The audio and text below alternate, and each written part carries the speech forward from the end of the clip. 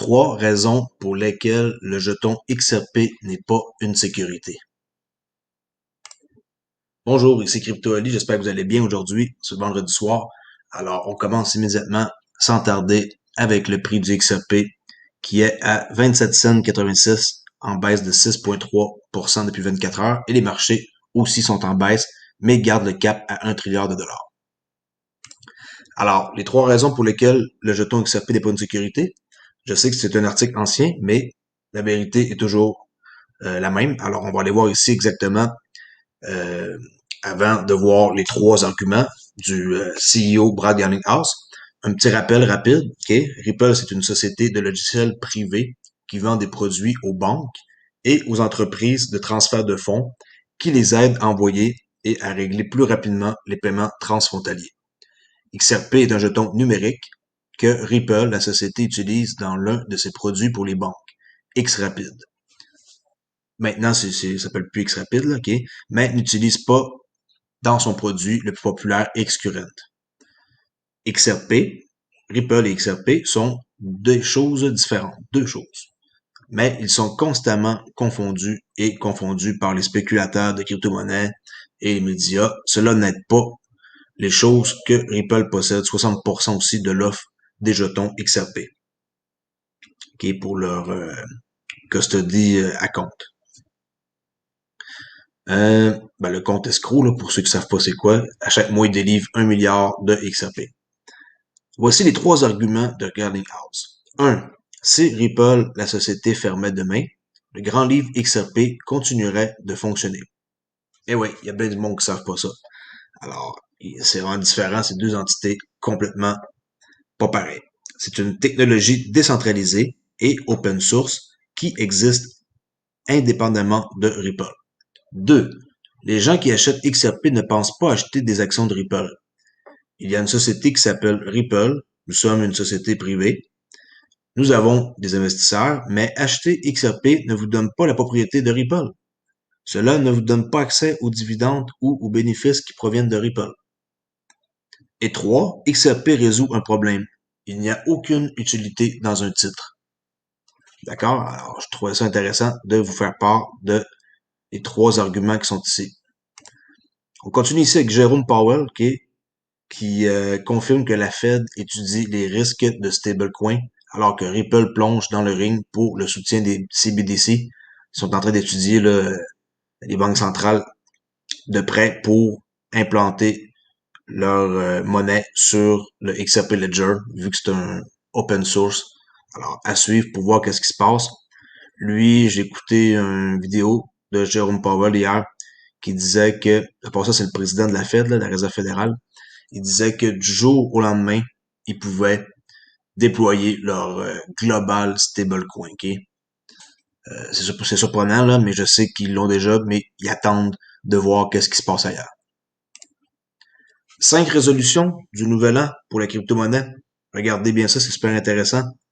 Alors, avec un nouveau président, un nouveau congrès et un nouveau président de la SEC, les États-Unis peuvent réinitialiser leur approche et gagner la course à la crypto-monnaie contre la Chine. Voici 5 résolutions pour atteindre ces objectifs. 1. Le Sénat devrait confirmer un président de la SEC ouvert ou au moins neutre à la crypto-monnaie et à l'innovation financière. Okay? 2. Arrêter les guerres de territoire entre les agences et les régulations financières. 3. Le Congrès devrait travailler de manière bipartisane pour adopter une approche rationnelle et sensée de la crypto-monnaie. 4. La SEC devrait retirer sa poursuite contre Ripple. Et 5. Le Congrès devrait atténuer la menace croissante de la Chine sur les actifs numériques. Dites-moi qu'est-ce que vous pensez par rapport à ces résolutions-là. Continue ici sur swissinfo.ch. Construire un corridor d'actifs numériques entre la Suisse, le Japon et Singapour. Donc, ici, il y a un questionnaire qui a été posé à M. Yoshikata Kitao, le président de SBI Holding, le plus gros investisseur chez Ripple. Okay? Alors, eux, en passant, ils détiennent 50% d'XRP dans leur portefeuille. Regardez bien ici, le groupe japonais de services financiers SBI Holding a noué des partenariats séparés avec la bourse suisse et la banque Sygnum. Les deux projets marient l'expertise suisse et asiatique dans les technologies financières émergentes, telles que les actifs cryptographiques inspirés de la blockchain. SBI Digital Asset, une filiale de SBI HD, a récemment annoncé une jointe venture avec Swiss Digital Exchange, SDX, pour créer une plateforme de trading d'actifs numériques à Singapour. Le groupe japonais met également en place un fonds d'investissement avec la banque suisse d'actifs numériques Sygnum. Le fonds espère lever jusqu'à 75 millions de dollars ou 60 millions de francs suisses et se concentrera sur l'infrastructure de la technologie du grand livre distribué, la finance décentralisée et la RegTech avec l'Europe et l'Asie. J'ai souligné ici une question qui a été posée. Regardez qu'est-ce qu'il va répondre, là, M. Kitao. Okay. Comment jugez-vous la position de la Suisse parmi les pays développés de la blockchain dans le monde? Et là, on voit sa réponse. La Suisse est l'une des principales places financières au monde avec des réglementations et des lois établies de longue date. Le pays a répondu positivement au secteur virtuel, crypto et numérique en reconnaissant les actifs numériques à un stade précoce et en adaptant les lois financières existantes. En conséquence, il existe de nombreuses entreprises fintech actives. Le Japon fait également des progrès, par exemple en appliquant la loi sur les instruments financiers et les échanges. Continue ici avec Mary Jo White. C'est qui cette femme-là? Vous allez le voir immédiatement. Elle a travaillé, OK, elle a été la présidente de la SEC en 2013. Et oui, alors, pour ceux qui ne savent pas, ça va être l'avocate, une des 13 avocates de Ripple pour la poursuite contre la SEC. Alors, elle était présidente de la SEC, elle est avocate pour Ripple et va se faire interroger et va défendre Ripple. Alors, très, très comique de voir ça, là. Comment qu'ils ont une armée puissante, là, Ripple. Alors, je voulais un peu sur elle pour voir qui c'est puis qu'est-ce qu'elle a fait. Alors, Mary Jo White, excusez-moi, qui a précédemment été présidente de la Security and Exchange Commission des États-Unis et procureure des États-Unis pour le district de Sud de New York. C'est pas rien, là. Procureur puis présidente de la SEC. Et présidente principale du cabinet associé en litige au bureau de New York de Bevoise. C'est ça le nom ici de la firme, là, OK? De Bevoise. On le voit ici. Je sais pas pourquoi on voit pas le reste de l'écriture. Attendez-moi une seconde. OK. De Bevoise et Plimpton. Alors, on va mettre mon texte en français. En plus de être la chef du groupe par rapport aux solutions stratégiques et des crises. La pratique de Madame White se concentre sur le conseil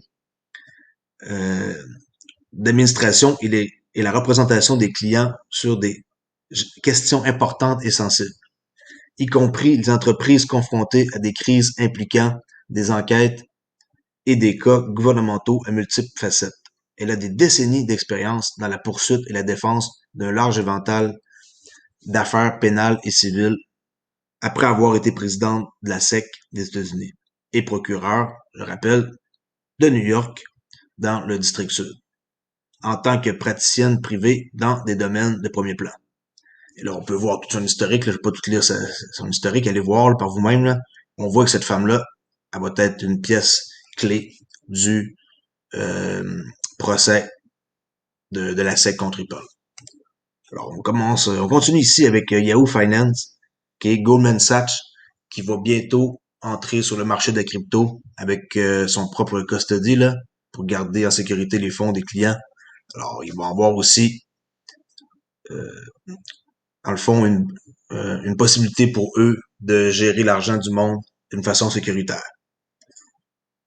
Super intéressant pour Goldman Sachs. Les autres aussi vont suivre bientôt. La blockchain, au-delà du Bitcoin, transformer la fintech et la santé. Il n'y a pas juste Bitcoin qui existe. Regardez ici qu'est-ce que j'ai trouvé. Il existe de nombreux autres exemples de blockchain qui fonctionnent pour autre chose que les crypto-monnaies, principalement Bitcoin, Ethereum et Ripple. Alors, à un moment donné, il faut arrêter de penser que c'est pas une crypto-monnaie, là. On voit ça partout ailleurs et c'est implanté partout dans le monde. XRP, c'est une crypto-monnaie. Ici, le pack global, pour ceux qui savent pas c'est quoi, le pack global, c'est il y a une nomination ici de David Goistench, excusez-moi pour la prononciation, CEO de pack global. C'est le deuxième plus grand réseau de chaînes de blocs au monde, utilisant des nœuds maîtres éco-énergétiques. Là, sont contents d'annoncer dans le fond qu'ils ont promu David au poste du nouveau PDG. Puis aussi, il y a Drew Sanders qui est devenu président du conseil et qui va continuer de superviser le développement des produits. Qu'est-ce que c'est PAC Global? Ils sont basés aux États-Unis. Ils se concentrent exclusivement sur la fourniture de solutions de réseaux de blockchain de nouvelle génération pour résoudre des problèmes du monde réel. Ils sont, ils ont 12 000 nœuds actifs dans 30 pays. Puis leur réseau, c'est basé sur un algorithme de Proof of Stake, le POS, économe en énergie qui réduit considérablement l'empreinte carbone globale. On voit ici les statistiques sont en quatrième position, PAC global, 7000 nœuds, valeur par nœud, 500 pièces. Alors, on voit là que qui en a le plus, c'est Horizon, Bitcoin, Ethereum, Zcoin, Zilliqa, qui est 2300 nœuds. Alors, aussi la façon dont ils sont répertoriés dans les pays, là, en pourcentage, là, c'est en Allemagne qu'il y en a le plus, suivi de la Finlande et les États-Unis. Une autre job ici de directeur général chez RippleNet à Singapour. Alors, il y a une job de disponible ici sur board.greenhouse, qui est toujours là qu'on voit les offres d'emploi. Les grandes institutions ne s'intéressent qu'au Bitcoin. C'est ce qui est déclaré le PDG de NYDG.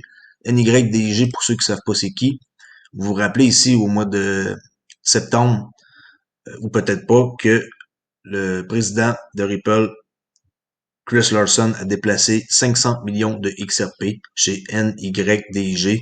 C'est ça ici, là. Eux, c'est une institution pour les bitcoins, puis XRP, peu importe. Avec des clients privés, puis ils font affaire avec des gros joueurs, là. Fait que ça ici, ils sont tous eux autres déjà implantés, le custody, exécution, anti-money, laundering, le blanchiment, know your customer, tu sais, les questionnaires. Tous eux autres sont vraiment comme legit.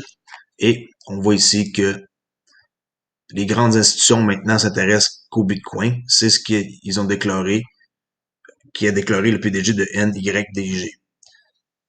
Alors bon, il dit que 100% des conversations qu'il y a eu avec des investisseurs aboutit juste à Bitcoin. Alors tout le monde veut investir dans Bitcoin, il n'y a personne d'autre qui est intéressé à rien d'autre. C'est ce que lui il dit. Bon, on s'entend que c'est sûrement pour lui amener des clients, là.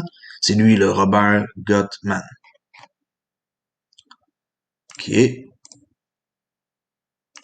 Alors pour aujourd'hui, je fais ça court. Je vais pas faire une vidéo très très longue. C'est déjà 13 minutes que je parle. Alors, juste vous rappeler, s'il y en a qui sont intéressés, venez me parler sur Twitter. J'ai un compte à Olivier_XRP.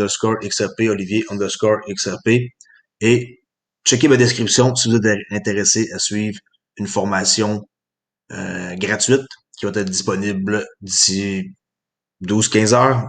On sait pas, à peu près, ça dépend de la vitesse là, qui va être que ma formation sur Udemy va être acceptée. Ou sinon, si vous êtes intéressé, j'ai un petit robot pour faire du trading avec la crypto ou une formation de Forex qui est complètement différente, qui est enseignée de A à Z avec 2 heures de formation. Alors, faites-moi signe, Crypto Ali. Je vous dis à demain pour une prochaine vidéo. Alors, bon week-end. Bye bye.